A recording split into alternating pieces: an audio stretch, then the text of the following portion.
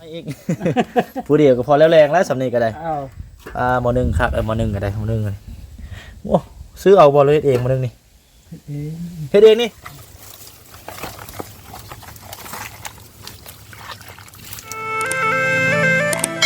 สวัสดีพ่อแม่พี่น้องสวัสดี FC ทุกท่านยินดีต้อนรับเข้าสู่ช่องบาดอนบ้านป่าสเกาสเกอร์ทุกคนมื้อนี้ก็เป็นมื้อหนึงที่บาดอนสิพาทุกคนไปหาอยู่หากินกันทุกคนมื้อนี้แม่บาดอนสิพาทุกคนไปซื้อต้มเอ็นทุกคนแต่ว่าบาดอนสิพาทุกคนลงไปขุดเนี่ยก็คือว่าขี้กระเดินทุกคนอยู่ที่น้ำเสบางเฮงนะน้ำเสบางเฮงซายนี่ก็แม่นไล่มาแต่เวียดนามเด้อทุกคนเด้อบ้านที่บาดอนอยู่นี่ก็ห่างแต่ไปหาชายแดนเวียดนามประมาณ10 ปลายกิโลกว่าได้ทุกคนได้แต่มีชายผู้อ้อมหอบเลยทุกคนนะเป็นดังนั้นไปติดตามนำกันทุกคน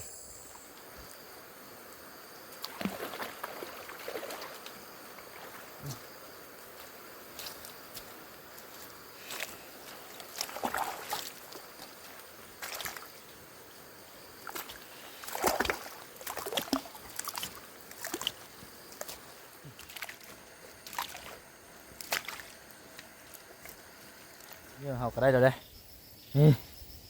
เนี่ยเฮากกระตุกนึ่งทุกคน เนี่ยก็เป็นเนี่ยขี้เดินได้ตุ่มเอ็นเฮากมี5 หน่วยมี5 หน่วยทุกคนบัดนี้ได้เลยค่ะเฮาก็จะไปเซิร์ฟกันจะแคมหนาเพื่อนทุกคนได้บัดนี้เชิญตามแคมหนาตามทรายห้วยได้เขางามที่นี่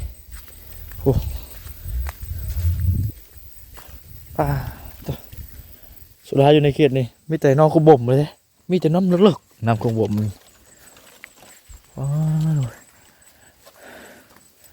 หน้าพาติดแคมนาแคมไซโฮจะได้มาจะเฉลยนี่ทางเพิ่นก็จุดตะละใช่ครับ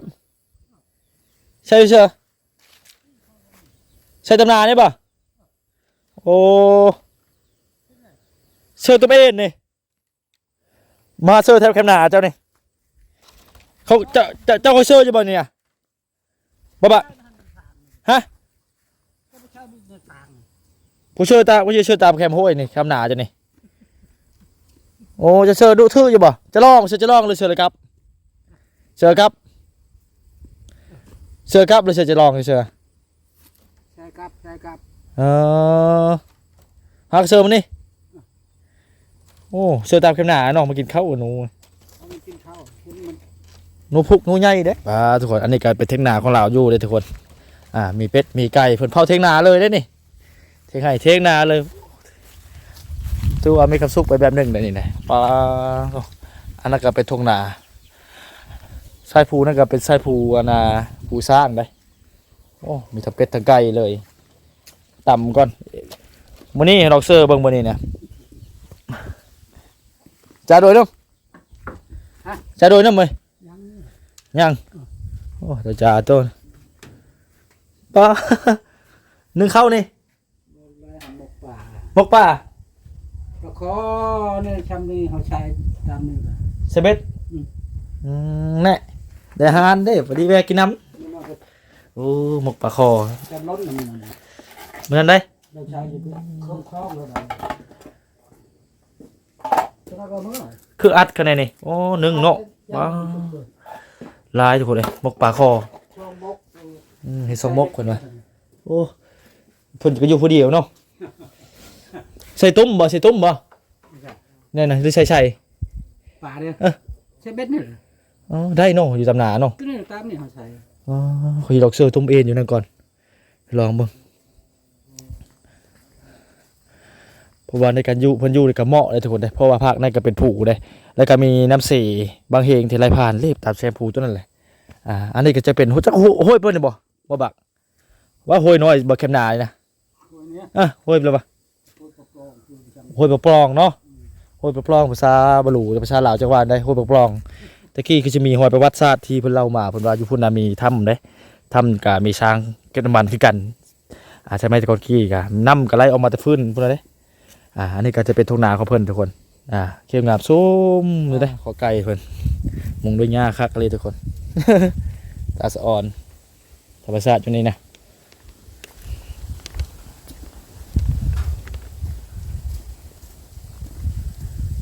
เนี่ยไม่ได้เลี้ยงควายนึงว่าเลี้ยงควาย เขาเมื่อวาน เอามาบ้านเลย เมื่อเช้าเทื่อมกินเช้า กินข้าวจะคลอง เช้าสุกเลย เออ ข้าวชนกเลย ข้าวหนาป่ะข้าวเกลียวแล้วเนาะ มัดครึ่งนึงเนาะ โอ้เออหน่อไม้อีก ผู้เดียวก็พอแล้วแรงแล้วสำนีก็ได้ อ้าว หมอหนึ่งครับหมอหนึ่งก็ได้หมอหนึ่งเลยโอ้ซื้อเอาบอลเลยเฮ็ดเองหมอหนึ่งนี่เฮ็ดเองนี่โอ้คักแล้วทุกคน เบิ่งกันนี่นะ โอ้มีไหลคะแนนเนาะ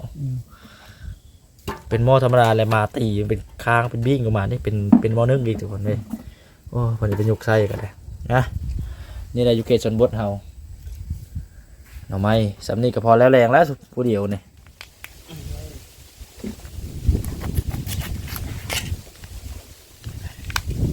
เงียบขี้กระโดด ใส่ปลาเอียน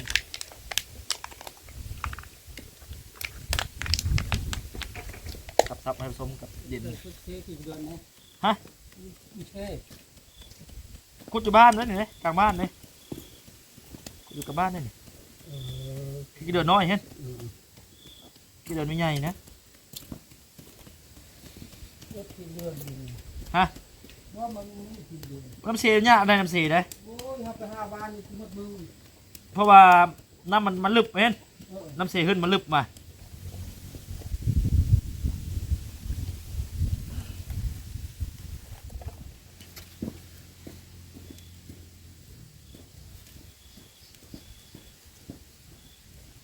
อันนี้ก็จะเป็นไส้ไหนที่เราใส่อันนะใส่ขี้กระเดินใส่เนื้อ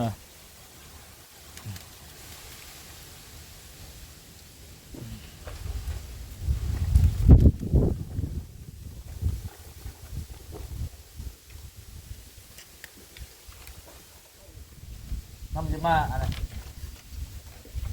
บ่น้ำยำนี่มันลายโพดซื้อเป็นกบกับมันมีชื่อไปเลยนะ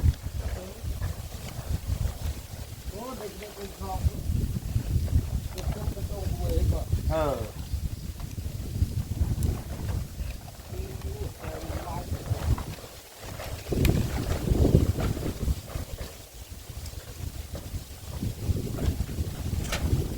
ว่ากันว่ามดเสดินนี่เห็นเดือสิบเอ็ดเห็น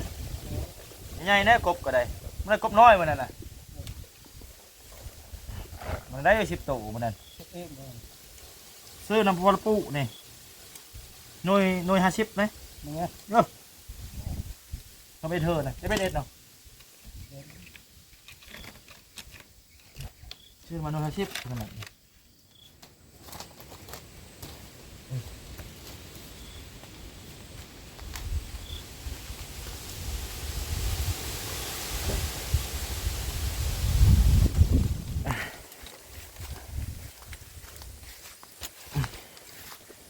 เขาหนาเพิ่นนี่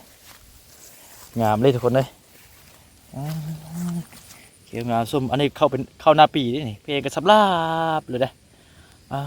งามทุกคนนาตัวนี้ก็เป็นนาเฮ็ดนาปีนาแสกอะไรเด้ซองระดูอันนี้ก็จะเป็นนกสะเขาเพิ่นตามเบิ่งนกสะนี่ก็อาจจะเป็นนกธรรมชาติเพราะว่าน้องนี่ก็จะเป็นนกคุบ่มนะแล้วเราก็ใช้เลาะเสือตามแคมป์น้องนี่แหละทุกคน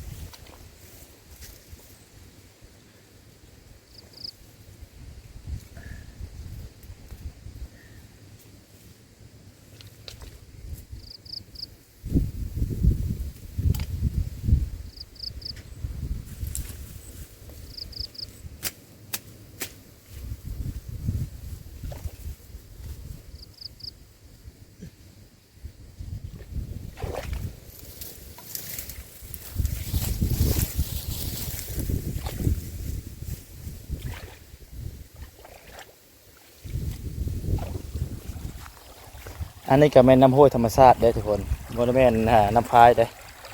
ไหลตลอดปีเลยยามแรงก็ไหลยามฝนก็ไหลแห้งร้ายยามฝน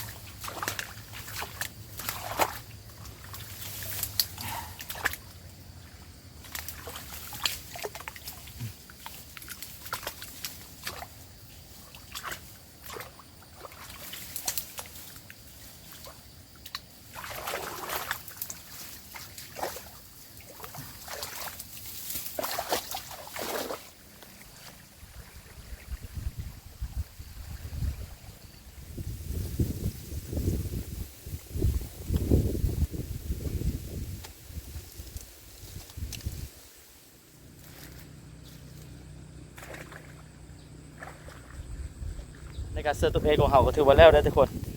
มื้อนี้ก็บ่ดอกก็มีแต่เสิร์ฟซื่อไปผู้เดียวมื้อนี้ในการเสิร์ฟมื้อนี้ก็มีแต่5ด่างแล้วก็บ่ดอนก็สิเก็บเอาผักกูดผักหญ้าตามธรรมชาติแล้วก็ตามห้วยหมึกเฮ็ดกินอยู่ได้ทุกคนก็บ่ได้เฮ็ดอยู่ในป่าในดงนะส่วนหลายอยู่ในเขตที่ก็ยอมรับเลยว่าธรรมชาติงามทุกคนแล้วก็ภูผาป่าไม้เขียวอมส้มในยามนี้นะ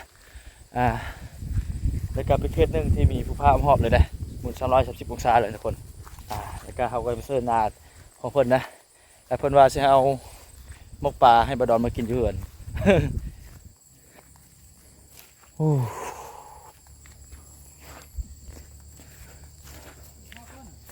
อย่าละอย่าละฟ้ามือไม่กินละฮะกินข้าวฮะ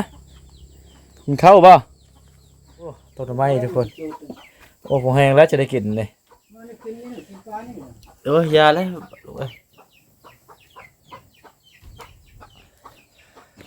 เป็นหน่อไม้ไล่ที่เพิ่นหาโอเคนี่แหละบ่เจอพดอะไร โลกกับแก้วกะปินำบ่ครับได้นี่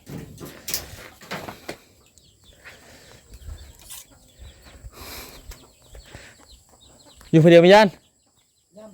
ฮะยานยานแล้วปลาเรื่องปลาจะกินมื้ออื่นได้มายาม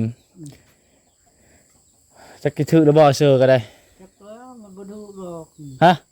เนี่ยบองชายหนึ่งบองจะความมาเนี่ย ตามน้องไงอ๋อ ก็มองนั่นชายมันได้เย็นโชว์โตน โอ้ คนบ้านค่อยบ่เชื่อ บ่แล้วลานเท่าไหร่ อ๋อ11ได้อ๋อ